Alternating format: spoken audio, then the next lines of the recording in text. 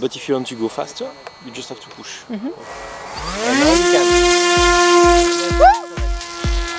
Wow! We're in Kempton Park Racecourse with the new Parrot Disco. In my right hand is a controller unit which allows me to control where the drone actually flies. Whatever the camera at the front of the drone sees, I see through my glasses. It's stabilized on the 3 axes. It's literally like being in a plane.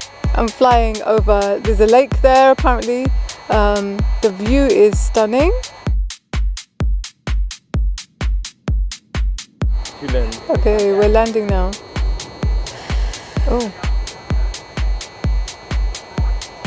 I'm sure this is what my brothers used to use when they were playing arcade games.